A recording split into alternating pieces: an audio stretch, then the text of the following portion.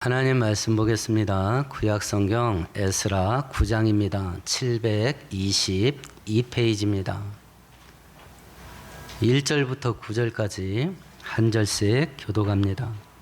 이 일 후에 방백들이 내게 나와 이르되 이스라엘 백성과 제사장들과 레위 사람들이 이 땅 백성들에게서 떠나지 아니하고 가나안 사람들과 헷 사람들과 브리스 사람들과 여부스 사람들과 암몬 사람들과 모압 사람들과 애굽 사람들과 아모리 사람들의 가증한 일을 행하여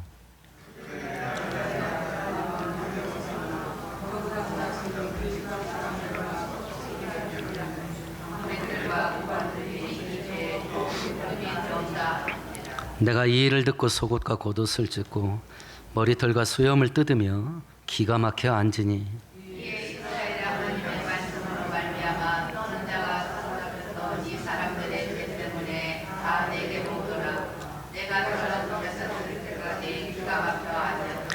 저녁 제사를 드릴 때에 내가 근심 중에 일어나서 속옷과 겉옷을 찢은 채 무릎을 꿇고 나의 하나님 여호와를 향하여 손을 들고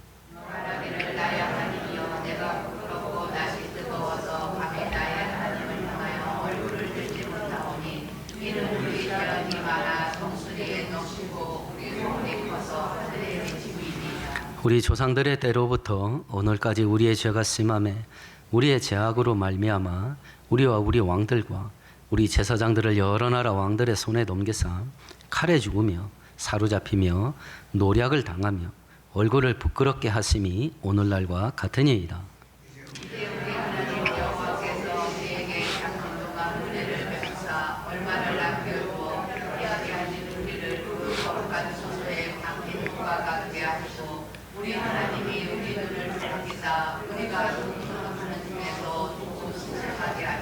함께합니다. 우리가 비록 노예가 되었사오니 우리 하나님이 우리를 그 종살이하는 중에 버려두지 아니하시고 바사왕들 앞에서 우리가 불쌍히 여김을 입고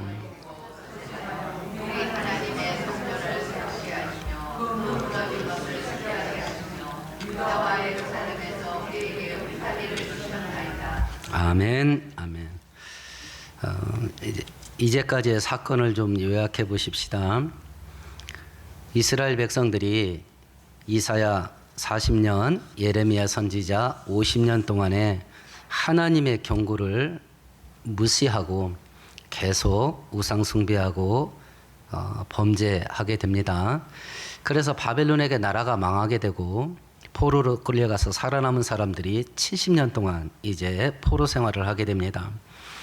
하나님께서 약속하신 대로 바벨론이 70년 만에 페르시아 제국에게 망하게 되고요.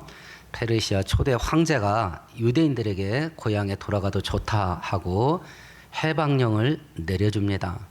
그때로부터 100년 동안 이스라엘 백성들은 세 차례에 걸쳐서 고국으로 복귀를 하는데요. 에스라는 두 번째 복귀를 주도했던 지도자입니다. 두 번째 복귀는 1차 복귀한 이후 80년 지나서 진행됐고요. 성전이 완공된 58년 후에 진행됩니다. 오늘 사건은 에스라가 두 번째 복귀하는 약 1만여 명의 유대인들을 데리고 고국에 돌아온 지 넉 달 지난 후에 발생한 사건이에요.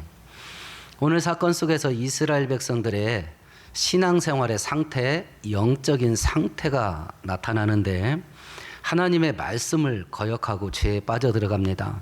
이방인들과 섞여서 완전히 세속화되어가는 모습이 있었다, 이렇게 말씀하셔요. 이런 제된 모습을 보고 에스라가 이스라엘 백성들을 하나님 앞에 데리고 나가서 신앙을 회복하는 회개운동을 일으키는 것이 오늘 본문의 내용입니다. 우리가 살고 있는 이 시대는 성경대로 된다고 한다면 죄악은 가면 갈수록 차고 넘치게 될 겁니다. 코로나 이전과 코로나 이후 뉴스 내용을 잘 분별해 보세요.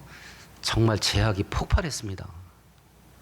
세상에 이런 죄를 이렇게 아무렇지도 않게 저질릴 수 있는가, 사람들이. 그런 죄악이 홍수가 난 이 악한 시대 속에 재림이 임박한 것을 우리가 다시 한번 깨닫고 거룩을 회복하는 은혜가 있기를 축원드리겠습니다. 그러면 오늘 본문 이 사건이 일어나게 된 발단이 뭔가를 보십시다. 1절에 보니까 2일 후에 이렇게 돼 있네요. 그러면 정확하게 어떤 때냐? 10장 9절로 한번 넘어가 볼까요? 10장 9절 같이 읽습니다. 유다와 베냐민 모든 사람들이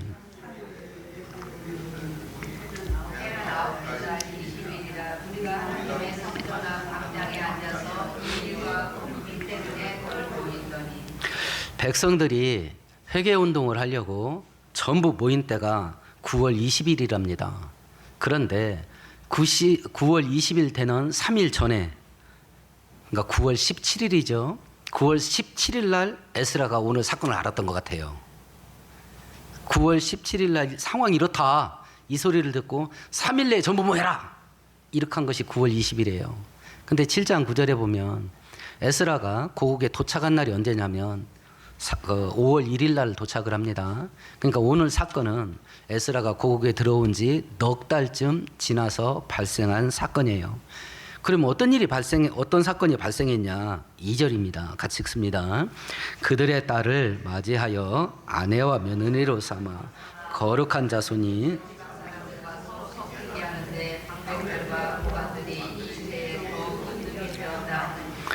복귀한 이스라엘 백성들이 어떤 일을 했냐면 1절 끝절에 보니까 주변에 있는 이방 나라 사람들을 본받아서 가증한 짓을 했답니다. 페르시아에서 복귀했던 이스라엘 백성들이 어떤 일을 하고 있었냐면 주변에 있는 이방 나라 사람들이 하는 행실을 그대로 본받아서 따라갔대요. 그 중에 대표적인 건 뭐냐면 2절에 보니까 이방인들과의 결혼이에요. 근데 오늘 성경에 보면 이방인들의 결혼을 뭐라고 말했냐면 2절 중간쯤 보니까 거룩한 자손이 그 지방 사람들과 서로 섞이게 만들었다. 이방인들과의 결혼이 어떤 결과를 만들어냈냐면 이방인과 섞이게 만들었답니다. 구약 성경에서 섞였다 할 때는 두 가지 의미가 있습니다. 첫 번째는 혈통이 섞인 겁니다. 두 번째는 신앙이 섞인 겁니다. 왜 그러냐? 구약에서는 하나님의 언약이 아브라함의 혈통을 따라 흐릅니다. 그래서 구약 시대는 혈통이 굉장히 중요해요. 근데 신약 시대는 혈통이 깨집니다. 무엇이 하나님의 언약을 대물림받게 하나요? 예수를 믿는 믿음을 통해서 하나님의 축복을 대물림 받아요. 그래서 신약 시대는 혈통이 깨집니다. 구약 시대는 혈통이 중요한 것이기 때문에 하나님의 은혜는 원칙적으로 유대인들에게만 흐릅니다. 우리가 이 시대에 살고 있는 것이 얼마나 큰 축복인가. 혈통하고 상관없이 예수를 믿는 믿음으로 하나님의 은혜와 축복에 참여할 수 있게 됐거든요. 이방인과 섞였다 할 때는 이 두 가지가 섞인 겁니다. 어떤 것이 됐든지 간에 하나님의 은혜가 사라지게 만드는 일을 지금 하고 있는 겁니다. 그런데 1절에 보니까 누가 이런 일을 하냐? 제사장 그룹들이 했답니다.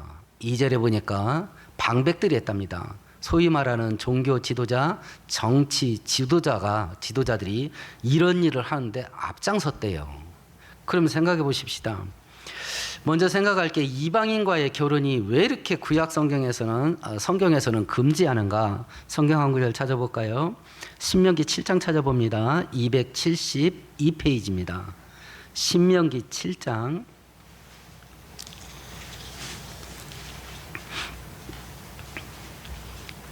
3절 4절 같이 읽습니다.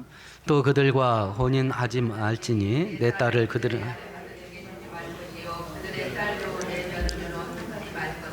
그가 내 아들을 유혹하여 그가 여호와를 떠나고 다른 신들을 섬기게 하므로 여호와께서 너희에게 진노하사 갑자기 그들을 멸하실 것임이니라. 하나님께서 이방인들과의 결혼을 그렇게 금지한 이유가 나옵니다. 이방인과 결혼하게 되면 너희들이 나를 버린다. 신앙을 떠나고 하나님 나를 버리게 되기 때문에 이방인들과 결혼은 하지 마라.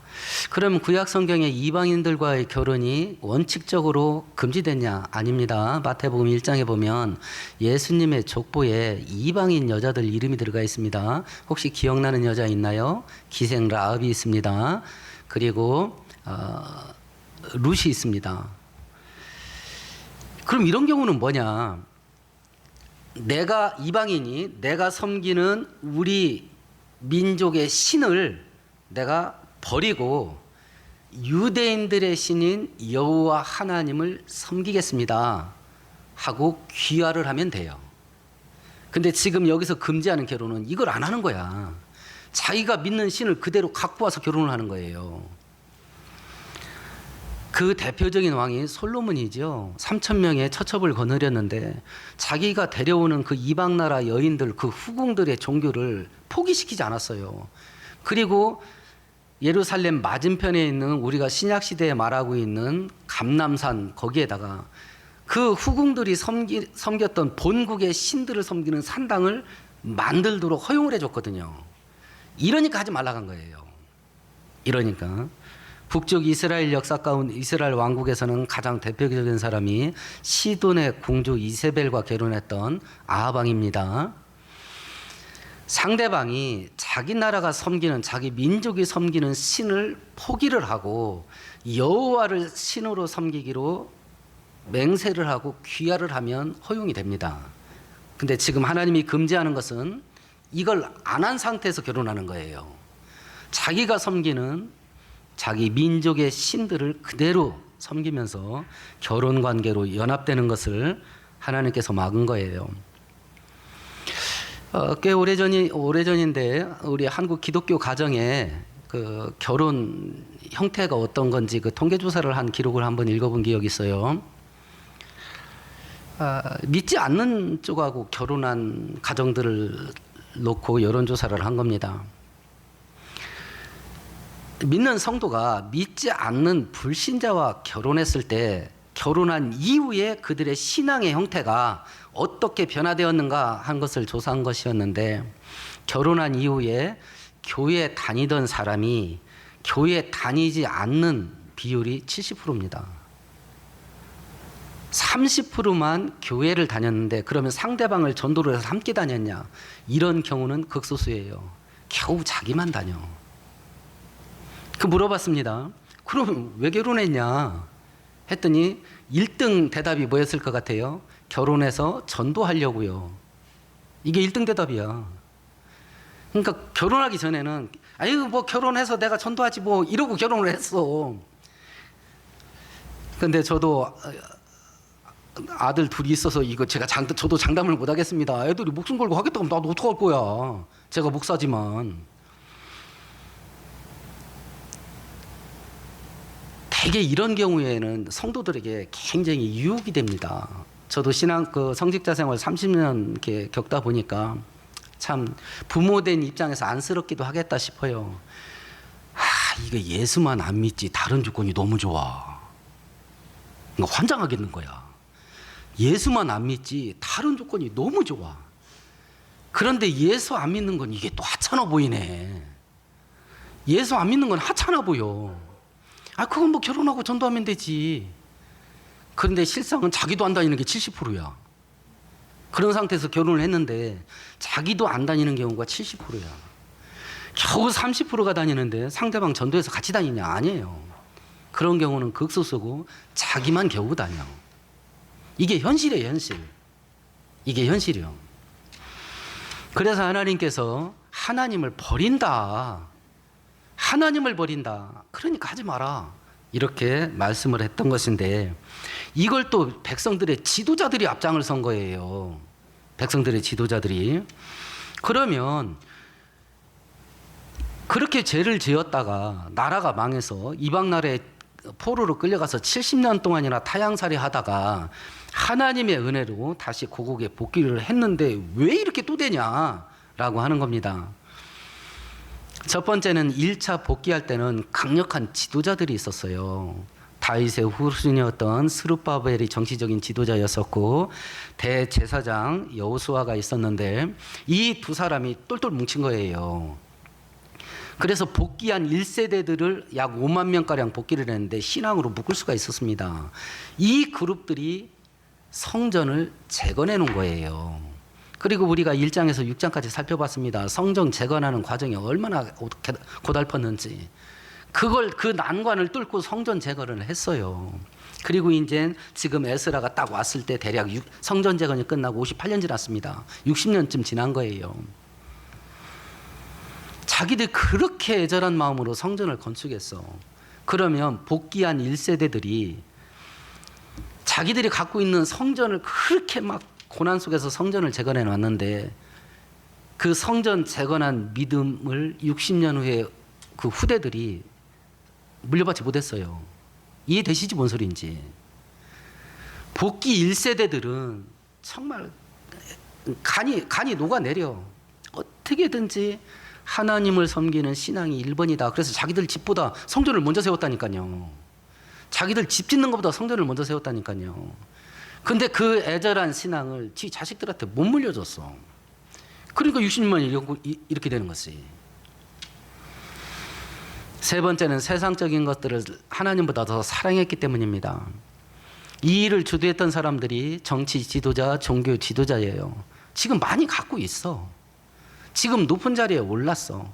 그런데 이런 그 결혼 관계를 통해서 이 땅의 자기들이 지도자인데 저쪽의 사람들과 이방인들과 결혼을 하는데 저쪽 천민들하고 결혼했을 것 같아요? 누구하고 결혼했을 것 같아요? 저쪽 지도자들하고 결혼했겠지. 집안 간의 결혼이니까. 그러면 양쪽 머리들이 결혼을 합니다. 그러면 소유가 어떻게 돼요? 더 많아지지. 자기 지위가 어떻게 돼요? 더 높아지지. 하나님 말씀을 어겨서라도 뭔가가 더 생긴다면 하는 거예요. 하나님의 말씀을 어겨서라도 나에게 뭔가가 이익이 된다면 하는 거야. 하나님보다 세상이나 세상에 있는 것들이 더 좋아. 더 좋아. 그러니까 하나님 말씀 어기는 게 아무렇지도 않아. 이렇게 돼서 이제 이렇게 빠져 들어가는 겁니다. 우리가 성경 한 구절 찾아볼까요? 구약 성경 사사기 2장 찾아보십시다. 362페이지입니다.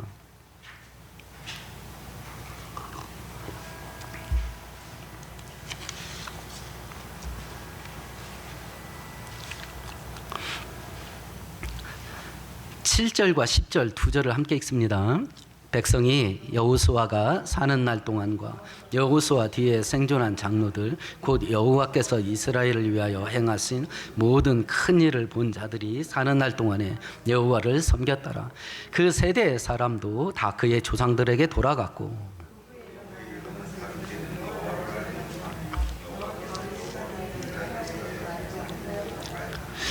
왕들이 세워지기 이전에 사사라는 지도자들이 정치와 경제 권력을 가지고 나라를 통치했던 그 350년 기간이 사사기인데요.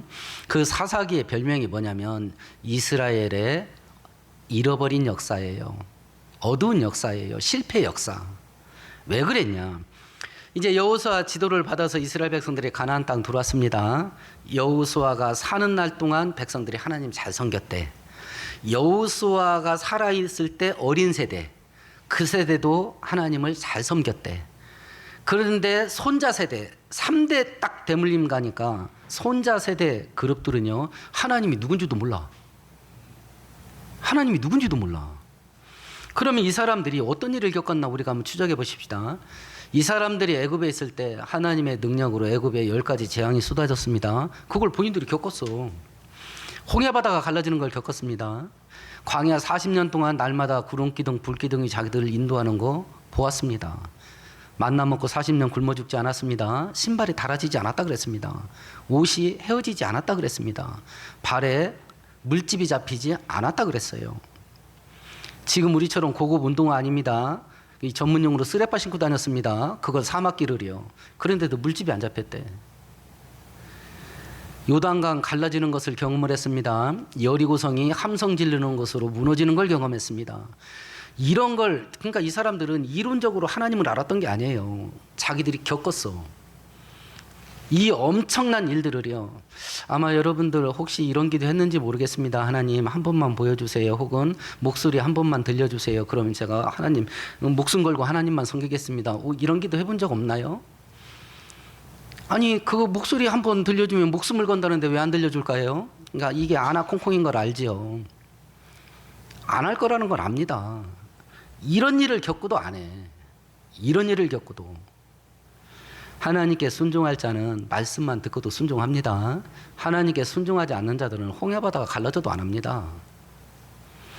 이런 일을 겪고도 3대 만에 신앙을 싹을 잊어버린 거예요. 이런 일을 겪고도. 우리 한국 기독교가 최고 전성기를 찍은 것이 1980년, 1990년 약 20년간이에요. 제가 이때 90년대 말에 신학교를 다녔는데 그때 한국 부흥의 끝자락이었어요. 근데 그때도 선배 목사님들이 저희들한테 뭐라고 말했냐면 믿음을 크게 가져라. 10,000명 들어갈 교회 지면 하나님이 10,000명 채워준다. 5,000명 들어갈 교회 지으면 하나님이 5,000명 채워준다. 이랬던 시대에 제가 신학교를 다녔어요. 이랬던 시대에. 그게 20년이야. 그리고 그 부흥기가 끝나고 지금 대략 50년 지났습니다. 한국교회 형편이 어땠을까요? 여기하고 똑같아. 똑같아. 하나님보다 세상이 더 좋아. 하나님보다 돈이 더 좋고 하나님보다 세상에서 성공하고 출세하는 게 더 좋아. 하나님보다 세상에서 재미있고 즐기면서 편하게 사는 게 더 좋아. 하나님 섬기는데 내가 불편해져. 그럼 그 길 안 가. 하나님 섬기는데 내가 기분이 나빠져. 그러면 그 길 안 가. 그러니 무슨 수로 목숨을 걸까?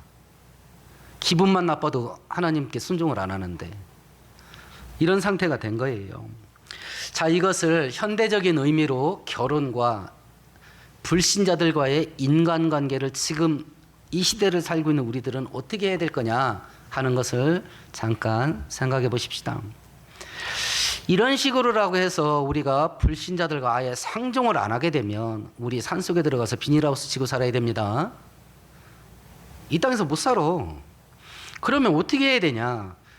영향력을 주냐 받냐 이걸로 적용을 하시면 크게 어긋남이 없을 듯 싶어요. 불신자들하고 결혼을 하게 되든지 아니면 어떤 사업 간의 거래를 하든지 하여튼 불신자들과 어울린다고 치자. 그러면 내가 그 사람의 영향을 받냐? 죄된 것들을 영향을 받고 세상적인 것들을 영향을 받냐? 그럼 잘라야 돼. 내가 영향을 받아서 거기에 물들어가면 잘라야 돼. 아니면 영향을 받지 않는 선에서 거리두기를 해야 돼. 더 가까이 가면 안 돼. 금묵자흑이라. 먹을 가까이 가면 내가 꺼머져야 돼. 꺼머지지 않는 선에서 거리두기 해야 돼. 100점짜리는 내가 기독교 영향력을 상대방에게 흘려보내면 좋아. 내가 흘려보내면 좋아. 사람들과 어울릴 때 내가 저 사람한테 자꾸 물든다 할 때는 본인의 믿음의 내공을 빨리 키워. 내가 영향을 받지 않고 기독교 영향을 줄 수 있도록 내가 빨리 믿음이 강해져야 돼. 믿음이 성장해야 돼. 그런 단계라면 점점 가까이 가서 기독교 영향력을 더 많이 흘려보내고 그가 예수 믿게 하면 좋아요. 근데 내가 물든다. 내가 물든다. 그러면 최소한 거리 두든지 잘라야 돼. 안 그러면 내가 죽어. 그래서 하나님께서는 그런 관계 속에서 이방인과 섞이지 마라. 이렇게 금지를 했던 겁니다. 지금 여러분들과 어울리고 있는 세상 사람들과 내가 지금 어떤 상태에 있는지 한번 고민해 보세요. 내가 기독교 영향을 상대방에게 흘려보내고 있냐? 아니면 그 사람 삶의 방식을 내가 물들고 오염되고 있냐? 이걸 한번 잘 고민해 보시고 오늘 하나님의 말씀은 최소한 오염되지 않는 선에서 거리 두는 거예요. 더 확실한 건 끊어라. 끊어라. 속된 말로 그 사람 아니면 사업할 사람 없냐? 아닙니다. 지천에 널렸어요. 그 사람 아니어도 인간관계 맺으면서 사람 사는 우리가 흔히 말하는 살냄새죠. 사람끼리 어울려 사는 게 참 이렇다 하는 그 행복감을 누릴 만한 사람 지천에 널렸어요. 그러지 않아도. 근데 성경은 뭐라고 말하냐면 성도끼리 그런 관계 속에 들어가라. 성도끼리. 모이기를 패하는 어떤 사람들과 함께 하지 말고 말세가 될수록 모이기를 힘써라. 니네끼리. 이 문제를 놓고 잘 고민하셔요. 근데 성도들이 술을 안 먹어서 그런지 진짜 재미없어요. 성도끼리 모이면 재미가 없어. 근데 그건 내가 알겠어요. 불신자하고 만나면 얼마나 재밌는지 시간 가는 줄을 모르겠어. 아침에 만났는데 뚝딱 하니까 저녁이야. 예, 꿀발로는 청산가리야. 재밌어 죽겠어. 근데 죽어. 그 선택은 우리가 하는 겁니다. 그 선택은. 이런 일들을 보았을 때에 에스라가 어떤 반응을 하냐면 3절 같이 읽어봅니다. 오늘 본문 3절입니다. 내가 이 일을 듣고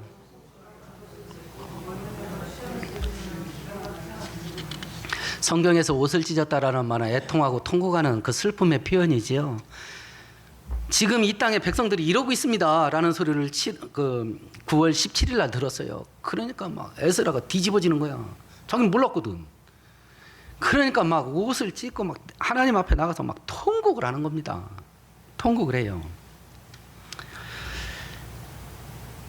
그러면 지난 60년 동안 이런 일이 있었을까요? 없었을까요? 없었습니다. 이게 죄라는 걸 아무도 몰랐던 거야.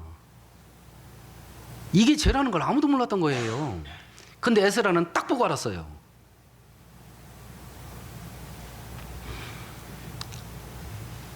제가 타고 있는 승용차가 이제 뭐 10년이 훌쩍 넘어가다 보니까 여기저기 막 페인트가 벗겨지고 막 그 속에 비가 들어가서 막 녹이 슬어요. 그래서 이제 그 교회 다니는 분이라고 소개를 받아서 차를 끌고 갔습니다. 이렇게 보더니 사장이 뭐라고 말해요. 목사님, 이거 군데군데 손대도 이거 표시도 안 나겠어요. 이거 보험 들어 있으니까 전체를 막 확 다 뒤집어서 도색을 하시면 깨끗한 상태로 한 7, 8년 더 탈 수 있습니다. 어떻게 하면 그렇게 되는데요? 그랬더니 사고 났다고 신고를 해야 된대. 어이씨, 그거 거짓말이잖아요. 그랬더니 다 합니다. 저희들이 다 사고 난 거 표시까지도 자기들이 다 알아서 그 처리를 할 테니까 나는 사고 났다고 신고만 하래. 한순간 고민이 확 되는 거 있죠. 차가 거듭난다는데. 그래서 제가 그랬어요. 저 그런 짓 못해요. 그냥 제 돈 갖고 제가 고칠게요. 다 그렇게 한대. 내 돈으로 고치면 돈 많이 들어. 근데 사고 났다고 말만 해놓으면 보험으로 다 처리돼. 다 그렇게 한대, 다. 죄가 죄인 줄을 몰라, 이 시대가. 근데 누군가는 딱 보고 알았어. 이게 죄라는 걸. 각자 본인에게 질문해 보세요. 난 딱 보면 아십니까? 딱 보면 알겠어요? 아니면 딱 봐도 모르겠습니까?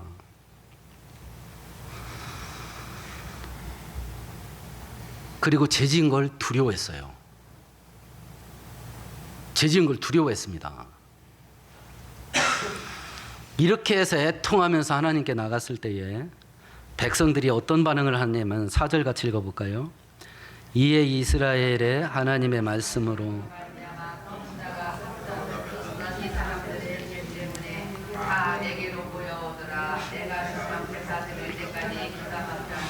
이런 와중에 이게 죄라는 걸 알고 두려워하면서 하나님께 모여든 백성들이 있었어요. 나는 지금 어디로 모여가나요? 돈 된다는 곳에 모여가나요? 성공 빨리 할 수 있다는 곳에 몰려가나요? 재미있다고 하는 것에 몰려가나요? 아니면 하나님의 은혜가 있는 곳에 몰려가나요? 하나님 가까이에 몰려가나요? 나는 지금 어디로 몰려가나요? 나는 에스라는 하나님을 두려워하는 사람 끌고 하나님께 데리고 나갑니다. 나는 내 주변 사람들, 가장 최소한으로 내 가족들을 어디로 데리고 가나요? 어디로? 돈 되는 곳으로 데리고 가나요? 성공하는 곳으로 데리고 가나요?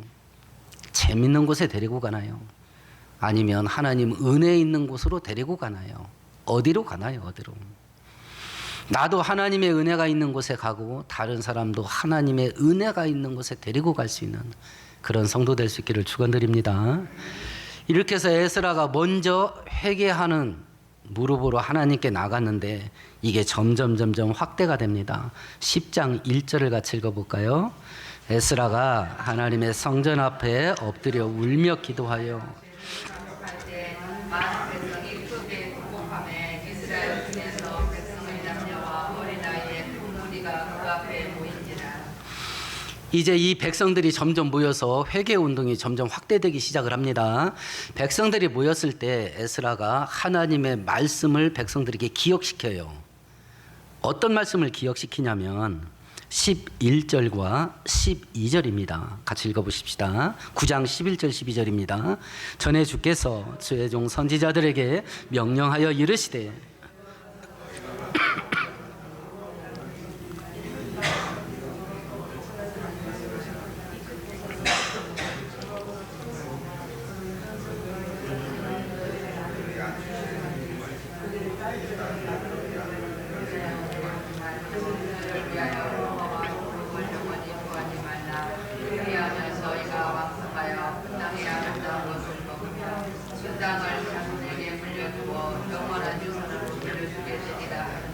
12절에 보면 경고가 있습니다.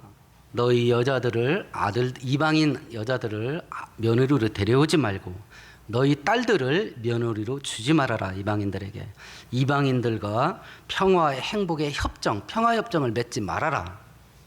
경고입니다. 약속이 있습니다. 내 말대로 순종을 하면 너희가 그 땅에 아름다운 소산을 먹게 될 것이고 그 땅을 자손들에게 물려주게 될 거다. 이게 하나님의 약속이었습니다. 하나님이 하라고 명령할 때는 그걸 하는 것이 우리에게 복이 되기 때문입니다. 하나님이 하지 말라고 할 때는 그걸 하지 않는 것이 우리들에게 복이 되기 때문에 그렇습니다. 그런데 이런 하나님의 경고의 말씀을 듣고 이스라엘 백성들이 실제로 했던 일은 뭐냐면 7절입니다. 같이 읽어보십시다. 우리 조상들의 때로부터 오늘까지 우리의 죄가 심함에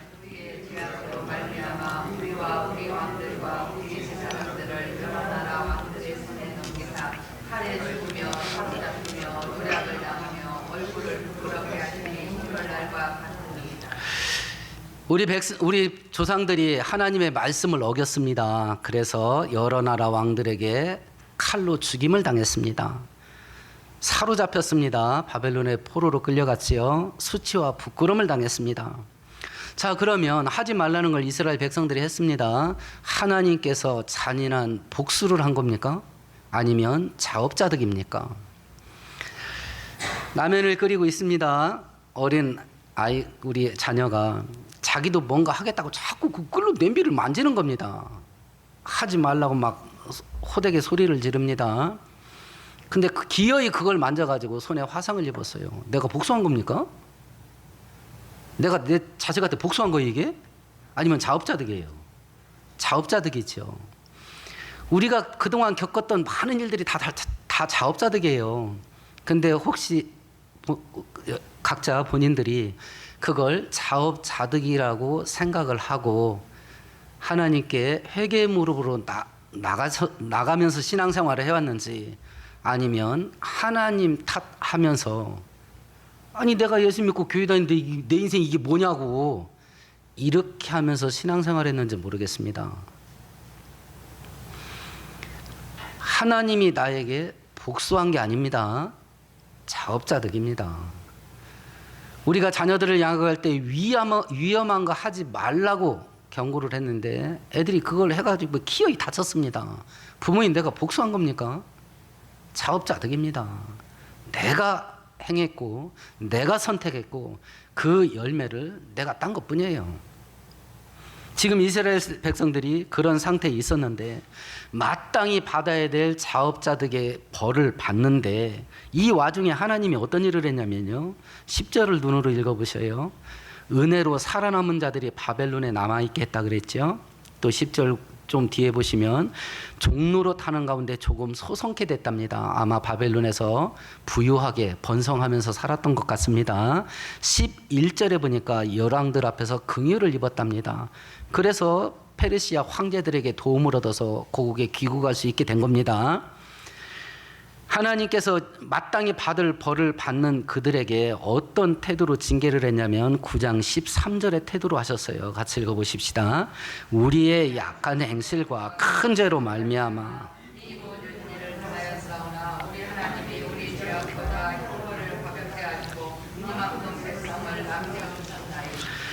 이들이 범죄한 죄악은 큰데 하나님께서 징계한 내용은 조금 했대요.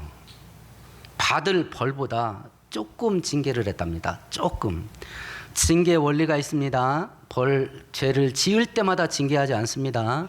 그럼 우리들 지금까지 살아있지 못합니다. 죄 지을 때마다 한 번씩 회초리 맞았으면요 벌써 다 죽었습니다. 징계는 죄를 질 때마다 하나님이 하는 게 아닙니다. 하다 안 될 때 합니다. 그건 우리가 자식 키울 때도 똑같습니다. 하다 안 될 때 한 번씩 회초리질하는 겁니다. 그런데 행한 범죄보다 훨씬 약하게 받습니다.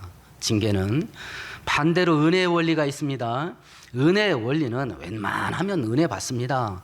우리가 자식들을 웬만하면 이뻐하잖아요. 웬만하면. 똑같습니다. 은혜는 웬만하면 받습니다.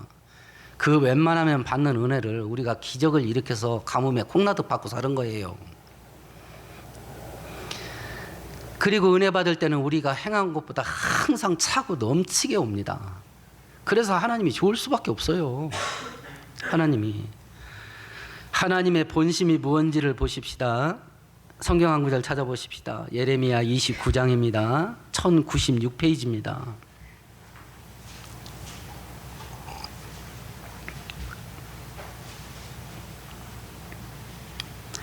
29장 11절 같이 읽습니다. 여호와의 말씀이니라 너희를 향한 나의 생각은 평안이요 재앙이 아니니라 너희에게 미래와 희망을 주는 것입니다. 예레미야 선지자 때 나라가 망했습니다. 계속 경고를 합니다. 바벨론에게 공격당하고 망하게 될 거라고 하나님이 계속 공격합니다. 내가 이렇게 하는 이유가 뭔지 알아? 니네들을 저주하려는 게 아니야. 니네들한테 평안을 주려고 하고 니네들한테 은혜 주려고 그러는 거야. 이게 하나님의 본심이에요. 멸망은 확정됐습니다. 죄와 불순종을 돌이키지를 않아요. 확정됐습니다. 그런데도 그 사람들한테 이야기하는 겁니다. 지금이라도 돌이켜라. 지금이라도.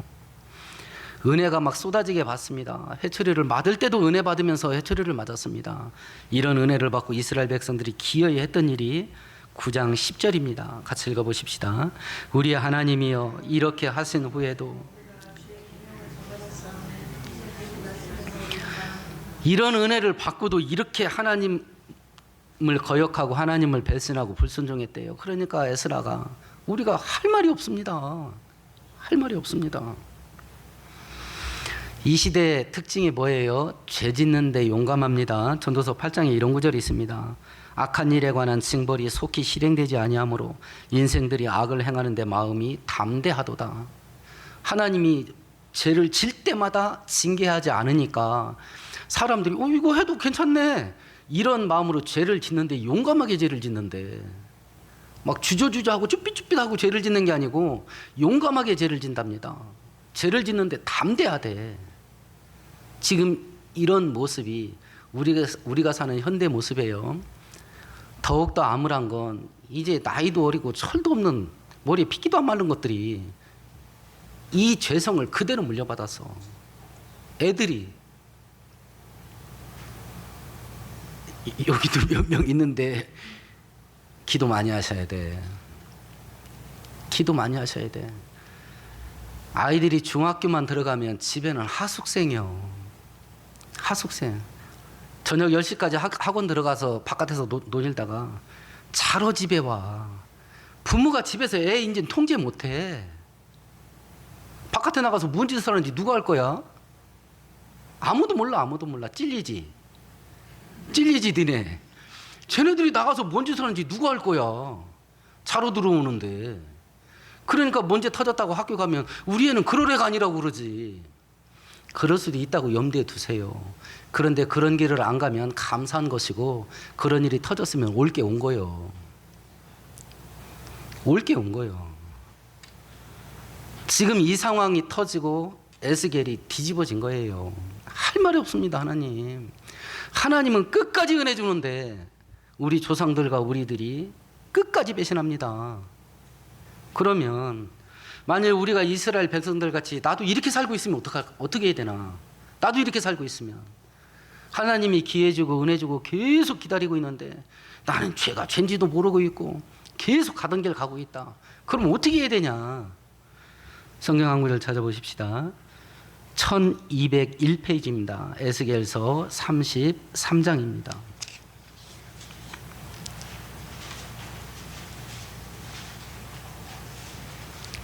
에스겔서 33장 11절 같이 읽습니다. 너는 그들에게 말하라. 주 여호와의 새 말씀이니라. 나는 악인이 죽는 것을 기뻐하지 아니하고 악인이 그의 길에서 돌이켜 떠나 사는 것을 기뻐하노라. 이스라엘 족속아 돌이키고 돌이키라. 너희 악한 길에서 떠나라. 어찌 죽고자 하느냐 하라. 똑같은 길을 걸어가는 이스라엘 백성들한테 하나님이 에스겔 선지를 통해서 말씀하신 거예요. 빨리 회개하고 돌이켜라. 그래야 너네가 산다. 이게 하나님의 본심이에요. 우리가 죄와 불순종 가운데 망하고 죽는 것이 하나님의 뜻이 아니라 하나님께 돌아와서 은혜 받고 축복되는 것이 하나님의 본심이에요. 그래서 지금 그걸 에스라가 알기 때문에 백성들을 끌고 회개의 제단으로 나가는 겁니다. 지금 우리도 돌이키는 거에게는 방법이 없어요. 방법이 없어요. 혹시 장애인 목사님, 전용된 목사님 아시나요? 우리나라 복음성가가 한국교회에 유행하기 시작했을 때 그 1세대 목사님입니다. 가장 대표적인 복음성이 주여 이 죄인이라고 했던 복음성이죠. 세상에서 방황할 때 나 주님을 몰랐네. 내 마음대로 고집하며 온갖 죄를 저질렀네. 이런 가사를 갖고 있는 노래입니다. 며칠 전에 이분이 국민일보에 그 간증 기사를 냈어요. 기자가 물었습니다.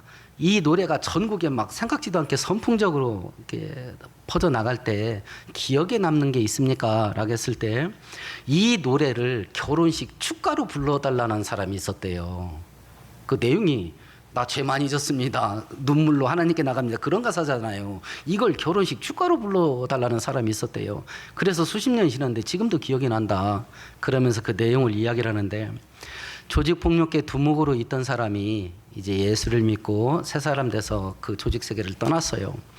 이 사람이 이제 결혼을 하게 되는데 자기를 찾아와서 축가를 불러달라고 하더래. 아, 그러냐고. 그럼 축하한다고. 내가 참여해서 축가 부르겠다고. 그럼 어떤 노래로 할까요? 했더니 주여 이 죄인이 이걸로 해달라고 하더라는 거예요. 그래서 아, 그건 축가용이 아닌데 사랑의 종소리로 하면 어떻겠습니까? 이랬대요. 그랬더니 굳이 그걸로 해달라고 하더래요. 그래서 이제 결혼식 날 참석을 해서 이제 축가 시간이 돼서 자기가 찬양을 시작을 하는데 먼저 신랑이 울더랍니다. 그러더니 신랑 아버지가 울더래요. 옛날에 조폭 두목 생활했으니까 동료들이나 선후배 깍두기들이 많이 왔을 거 아니겠습니까? 깍두기들이 통곡을 하더래. 남자들이 다 울어 떼고기.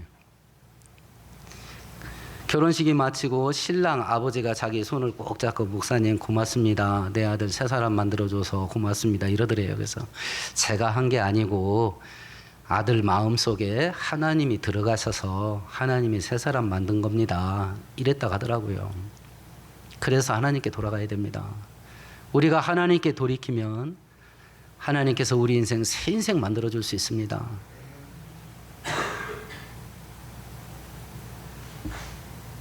우리가 하나님께 돌아가면 죽을 수밖에 없는 자리에서도 하나님은 살 길 열어줄 수 있어요. 에스라 선지자가 그걸 딱 알았기 때문에 하나님께 돌아가는 것에는 방법이 없다. 그래서 이 작업을 시작한 겁니다.